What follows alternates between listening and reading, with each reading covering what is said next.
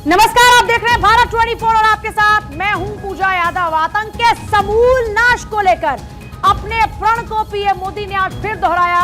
इधर पीएम मोदी देश से मन की बात कर रहे थे और ये साफ कर रहे थे कि पहलगाम हमले के एक एक दोषी को उसके किए की सजा दी जाएगी। दूसरी ओर कश्मीर में आतंकियों के घर को एक एक कर चुन चुन कर ध्वस्त किया जा रहा था। पाकिस्तान भी अच्छे से जानता है कि आज नहीं तो कल भारत वो हमला बोलेगा जो उसके ताबूत में आखिरी कील साबित होगी। पाकिस्तान का डर साफ साफ दिखाई देता है, उसके हुक्मरान सहमे हुए हैं। दूसरी ओर पूरी दुनिया की निगाह इस बात पर है कि मोदी का इस बार का स्ट्राइक कितना घातक होने वाला है। पहले एक बार सुन लेते हैं प्रधानमंत्री मोदी ने क्या कुछ कहा।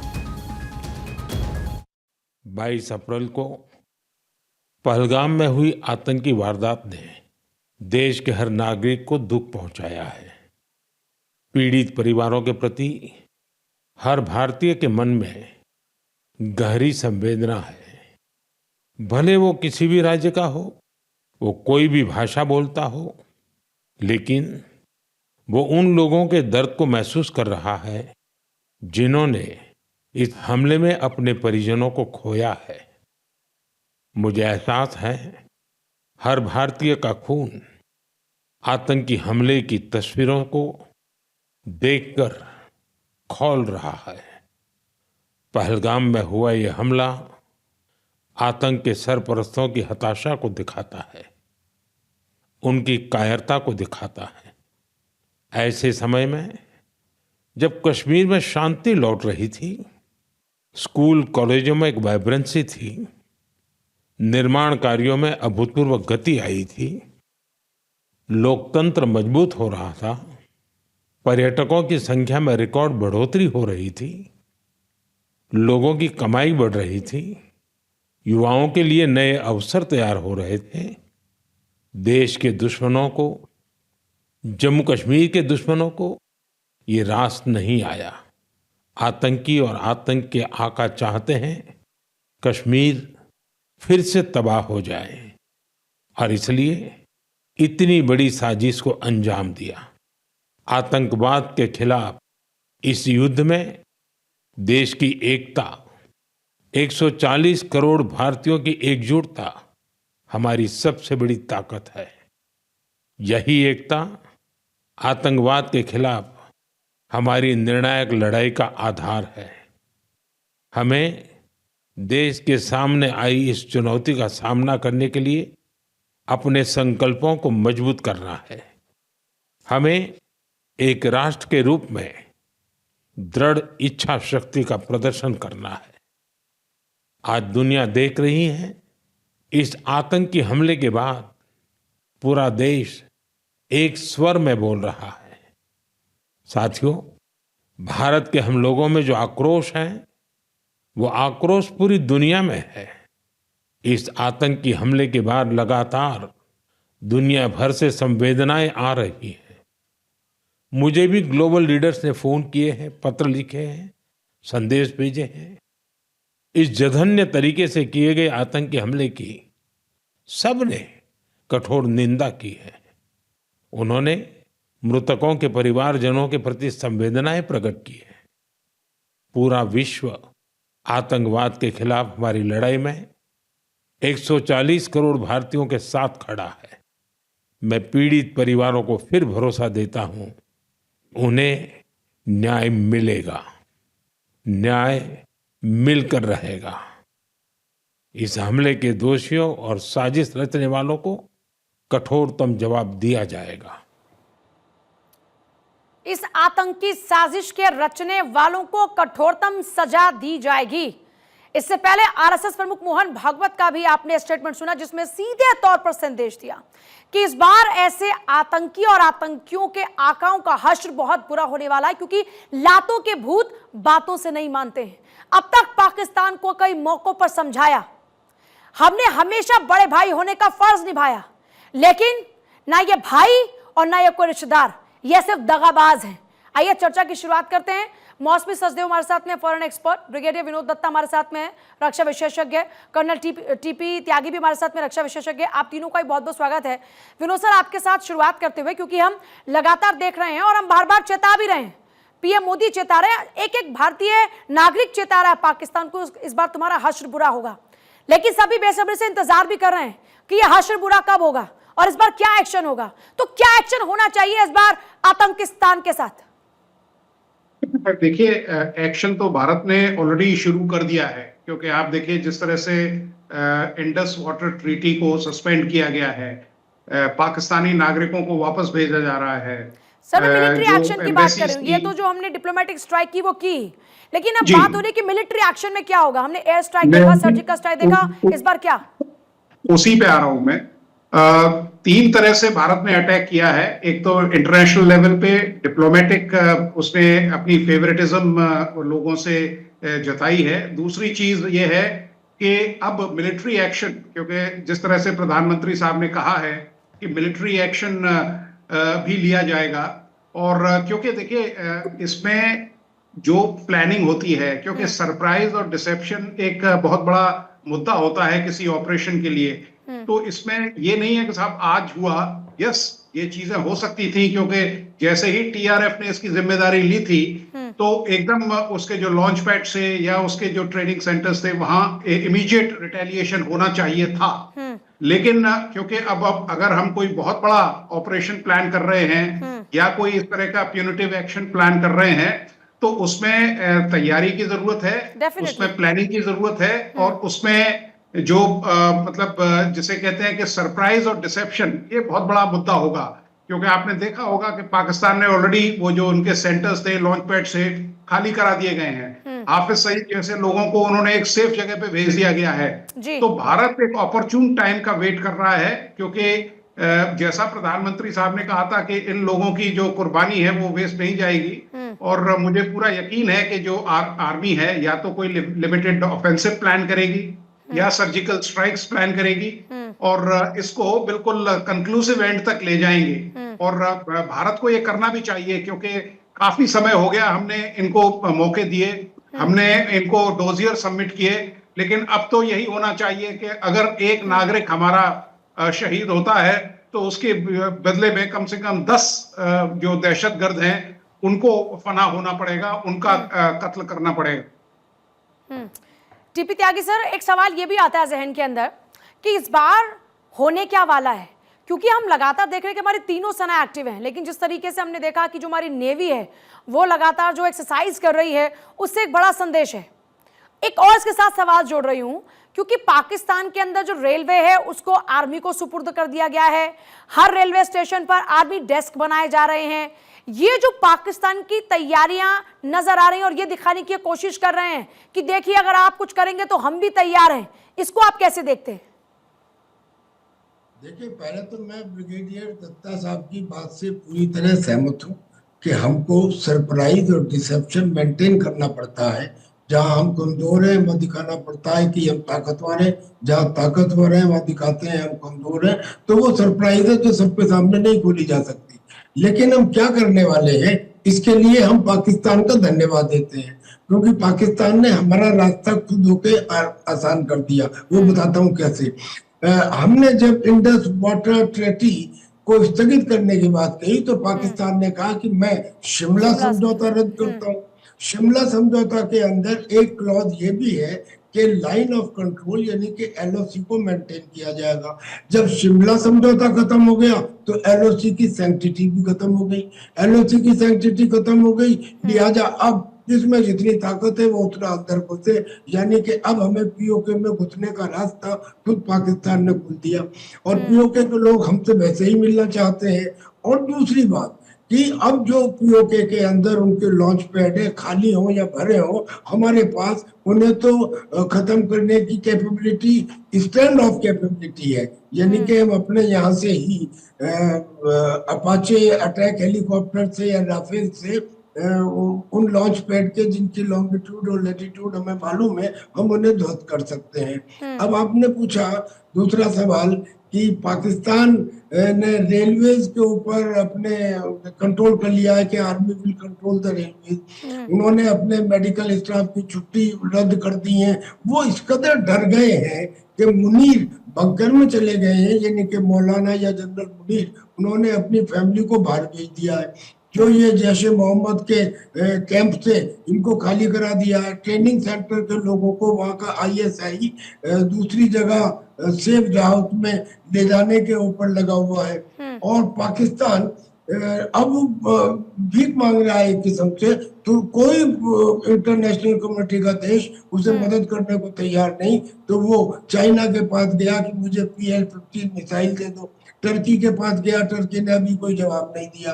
वो लश्कर तैयबा जो आज तक आतंकी हमले करता रहा बेइंतहा, वो भी डर के कांप रहा है। उसने कहा मेरा TRF यानी कि रेजिस्टेंस फ्रंट से कोई कनेक्शन नहीं है। पाकिस्तान कह रहा है कि जो लश्कर तैयबा है उसकी तो एंटिटी खत्म हो गई है, अब वो पाकिस्तान में है ही नहीं।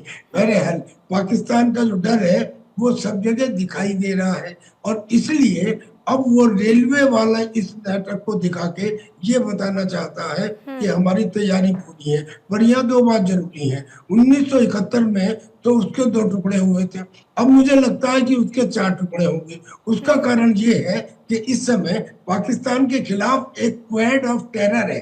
क्वेड ऑफ टेरर का मतलब कि Balochistan Liberation Army in Balochistan, Tehrik Taliban Pakistan in Khyber Pakhtunkhwa, और Islamic State Khorasan in Afghanistan, और तालिबान ऑफ अफगानिस्तान, ये चारों उसके खिलाफ है। और ऊपर से अगर अब हिंदुस्तान कोई एक्शन लेता है तो 71 में तो 2 टुकड़े हुए थे, अब मुझे लगता है 4 टुकड़े हो जाएंगे उसके।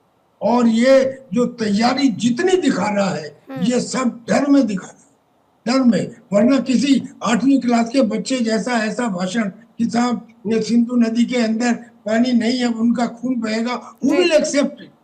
तो this is all out of fear of India. और तुम एक बात और, मैं विनोद दत्ता जी की बात से और ज्यादा सहमत हूँ। दरअसल में जो एक्शन है वो इमीडिएट होना चाहिए। मेरे घर में अगर आग लग जाए तो मैं संविधान की धाराओं का विश्लेषण नहीं करता, तुरंत उसे बुझाता हूँ। तो लिहाजा अगर ये एक्शन जिस रोज 22 तारीख को ये अटैक हुआ, 23 तारीख को उनके लॉन्च पैड के ऊपर अटैक हो जाना चाहिए था। खैर हो सकता है कि शायद हिंदुस्तानी सरकार कुछ बड़ा एक्शन सोच रही हो, बट नेवरदलेस सर्जिकल स्ट्राइक नहीं, क्विक स्ट्राइक चाहिए, इफेक्टिव स्ट्राइक चाहिए, देयर एंड देन चाहिए, ताकि अगली तरफ वारदात उसके बाद हो ही ना, या बहुत दिनों बाद। जाहिर तौर पर। लेकिन मौसमी जी एक चीज हम देखते हैं, पाकिस्तान के लोग कह रहे हैं कि इस ट्रीटी को स्थगित करके भारत ने वाटर वॉर को न्योता दिया है। ये वाटर वॉर की बात कर रहे हैं और उनके उच्चाधिकारी सर कलम करते हुए ये इशारे करते हुए नजर आते, वो भी अमेरिका में। इनके मंत्री खुद कहते हैं कि हाँ, हमारे यहाँ पर आतंक को हमने पाला पोसा, और किसके कारण से, किसके कहने पर, उस बात का जिक्र भी करते हैं। नहीं, आप देखिए पाकिस्तान को अपना ही पाकिस्तान शिप इज सिंकिंग हम बोलते हैं ना, दूसरों को आप बोल रहे हो कि India will bleed, you first watch that your ship is sinking. तो उनका तो हाल बहुत बुरा है, जैसे सर ने बोला है, डर, ये सारा रिएक्शनरी है एक्चुअली, वो डर से। अब जो अगर हम वॉर, ऐसा नहीं कि हम सब बोलते हैं वॉर चाहिए वॉर चाहिए, वॉर रेडीनेस सिर्फ आर्सेनल के ऊपर डिपेंड नहीं करता है। मैं भारत की तरफ से बोल रही हूँ कि लोगों का डिमांड है, भारत एक्शन लेंगे, सोच समझ के लेंगे, क्योंकि अगर आप सीधा बोलो war readiness is not just about Arsenal, बहुत कुछ है इसमें, डिप्लोमेटिक इंसुलेशन है, इकोनॉमिक कंडीशंस है, और ये सरप्राइज एलिमेंट जो सर ने बोला, ये बहुत बड़ी एक फैक्टर है। तो I think Bharat already actions ले चुके हैं और धीरे धीरे आई थिंक ये सब एनालाइज करके लेंगे। और कहीं ना कहीं मुझे ऐसा लगता है भारत को एक हाइब्रिड वॉर का तैयार करना चाहिए। Why not cyber attacks, because technologically हम लोग बहुत एडवांस है। हम लोग अगर सोचे साइबर अटैक्स के बारे में, हम उनके पूरा रडार सिस्टम को जैम कर सकते हैं, हम उनके कमांड, उनके मूवमेंट्स, उनके टेलीकॉम नेटवर्क्स, हम सब कंट्रोल कर सकते हैं। कहीं ना कहीं मुझे लगता है now Bharat should look for like something different. बोलते हैं ना, कमर तोड़ देना, कि पाकिस्तान बाज तो आते नहीं है, क्योंकि आज आप वार्निंग दे दोगे, आज आप बातें कर लोगे, आज आप कुछ टेररिस्ट को मार लोगे, कल फिर से ये रुकने वाले नहीं है, because Pakistan is a terror ground. वो एक इडियोलॉजी में जी रहे हैं कि अपना चाहे बर्बाद हो जाए। पर एक बात बताइए, आपने खुद कहा और ये पूरी दुनिया जानती है कि पाकिस्तान आतंक की जमीन है। वहां पर आतंकियों को और आतंक को पाला पोसा जाता है। सारे आतंकी आकर पाकिस्तान की गोद में जाकर बैठते हैं, आतंकियों की ट्रेनिंग पाकिस्तान में होती है। अब जब प्रधानमंत्री मोदी के पास दर्जन भर से ज्यादा अलग अलग देशों के जो नेता हैं उनके फोन आ चुके हैं, और पीएम मोदी जब आज मन की बात में ये कहते हैं कि पूरी दुनिया का साथ हमारे साथ है, इसका क्या मतलब है? देखिए, पूरी दुनिया साथ है, लेकिन हमें थोड़ा सा इफ वी एनालाइज, हम डिप्लोमेटिक साइड भी देखेंगे। डोनाल्ड ट्रंप ने अभी क्या कहा, पहले तो उन्होंने बोला था हम आएंगे, हम साथ है, लेकिन उन्होंने इनडायरेक्टली एक कॉशन भी दिया है। क्या वो सही में उतर के आएंगे? Because it is a question on president Trump also, क्योंकि उन्होंने कहा हजारों से ये भारत तो लड़ते आए हैं कश्मीर मुद्दे पे। तो ये एक बड़ा सवाल है। जब आप अमेरिका बोल रहे हैं पूरा दुनिया साथ है, वर्बली सब साथ है, लेकिन when it comes to a full-fledged war, definitely humanitarian grounds भी आ जाएंगे, बहुत चीजें आ जाएंगे। So भारत को अगर कोई क्वेश्चन कर रहा है या हमें पॉलिटिकल नैरेटिव से बिल्कुल इन्फ्लुएंस नहीं होना चाहिए। भारतवासियों को अपने गवर्नमेंट के ऊपर, अपने मिलिट्री के ऊपर, डिफेंस के ऊपर भरोसा रखना चाहिए, क्योंकि पूरा भरोसा है भारत की जनता को, पूरा भरोसा है अपनी सरकार पर भी और अपनी सेनाओं पर भी और अपनी क्षमताओं पर भी। तो अभी सब एक्सपोज नहीं कर सकते हैं, क्योंकि अभी डिसीजन मेकिंग उसमें है, और प्राइम मिनिस्टर मोदी जी ने बोला है कि चुन चुन के बदले लेंगे, लेकिन वो हर चीज एक्सपोज नहीं कर सकते हैं और करना भी नहीं चाहिए। ये हमारा पार्ट ऑफ स्ट्रैटेजी है, ये हमारे देश की सुरक्षा का मामला है। और मुझे लगता है वैसे भी हमारे बड़े बुजुर्ग भी हमेशा ये करते रहे कि जो करने वाले हैं उसको बताना कभी नहीं चाहिए, आदमी सामने वाला सतर्क हो जाता है। और जो पाकिस्तान पहले ही लगातार डर के मारे अपनी तैयारियां कर रहा है, उसकी तो पहले ही हालत खस्ता है। लेकिन विनोद सर, जो एक बात मैं आपसे जानना चाह रही हूं, क्योंकि दोनों ही राष्ट्र परमाणु संपन्न है और बार बार ये पाकिस्तान हम भी परमाणु संपन्न है, हम भी परमाणु संपन्न है, ये जो बात दोहरा रहा है, इसको आप कैसे देखते हैं? क्या उसको समझ में आ चुका है कि तुम्हारी हालत खस्ता है, अब तुम बस ये परमाणु बम की धमकी दे रहे हो हमें? बिल्कुल। देखिए, पाकिस्तान हमेशा से इस बात का मतलब इन बैसाखियों के ऊपर खड़ा रहता है कि साहब मेरे पास परमाणु बम है। उसे ये नहीं पता कि साहब भारत भी एक न्यूक्लियर पावर है, और हमारे जो न्यूक्लियर इन्वेंट्री है वो उनसे कहीं कारगर, कहीं ज्यादा इफेक्टिव है और कहीं ज्यादा बड़े पैमाने पे डिस्ट्रक्शन कर सकता है। पाकिस्तान के पास स्ट्रेटेजिक डेप्थ नहीं है। पाकिस्तान बिल्कुल जानता है कि अगर उसने एक भी स्ट्राइक किया, चाहे वो टेक्टिकल लेवल पे हो, चाहे वो ऑपरेशनल लेवल पे हो या स्ट्रेटेजिक लेवल पे हो, भारत की जो नो फर्स्ट यूज पॉलिसी है। सर, क्या ये पाकिस्तान किसी के दम पर तो नहीं कूद रहा? नहीं, मुझे नहीं लगता कि कोई देश इस समय इसका साथ देगा, क्योंकि देखिए चीन ने अपना पल्ला झाड़ लिया है, अमेरिका इस दौड़ में कूदेगा नहीं। तो मुझे नहीं लगता कि कोई देश की फड़फड़ाहट है क्या? हाँ, चीन इसको साउंड बोर्ड के तरह तो इस्तेमाल कर रहा है पाकिस्तान को, लेकिन अब वो जानता है कि भारत को अगर उसने मतलब उससे रिश्ते खराब हुए, तो जिस तरह से टैरिफ वॉरफेयर चल रहा है अमेरिका और चीन का, उसके लिए चीन के लिए भारत ही एक ऐसा विकल्प बचता है जहां वो अपनी इकोनॉमी को साध सकता है। तो मुझे नहीं लगता चीन पाकिस्तान का साथ देगा, वो ज्यादातर न्यूट्रल रहने की कोशिश करेगा। त्यागी सर, ये जो हम कश्मीर में लगातार एक्शन देख रहे हैं, आतंकियों के घरों को ढहाया जा रहा है, चुन चुन कर निकाला जा रहा है, जो भी इनके सपोर्टर्स हैं उनसे लगातार पूछताछ की जा रही है, उनको हिरासत में लिया जा रहा है और 15 लगभग आतंकियों को चिन्हित किया जा रहा है। ये जो हमारे देश के गद्दार बैठे हैं, ये जो इन पर स्ट्राइक हो रही है, इसको आप कैसे देखते हैं? देखिए, ये जो अब लिया जा रहा है, क्या इनको पहले नहीं मालूम था? ये जो आतंकी कश्मीर के अंदर है, ये तो हमारी जमीन पे है। Valid question sir, valid question. तो 10 घरों को तबाह कर दिया गया, उनमें वो 10 आतंकी तो नहीं मिले। तो मैं खैर अपनी सिक्योरिटी एजेंसीज के ऊपर सवाल नहीं उठाऊंगा, पर मैं तभी कह रहा था कि रिजल्ट जो है वो क्विक एक्शन में और इफेक्टिव एक्शन में आते हैं। बाद में हमने बालाकोट स्ट्राइक नहीं की क्या, हमने सर्जिकल स्ट्राइक नहीं की क्या, मगर उसके बाद भी ऐसा हुआ। उसके बाद में जो श्रद्धालुओं की बस थी, उस बस में कितने लोग मारे गए, एक किस्म से वो भी टूरिस्ट थे, उनको मार दिया गया। उसके बाद भी हम खामोश रहे।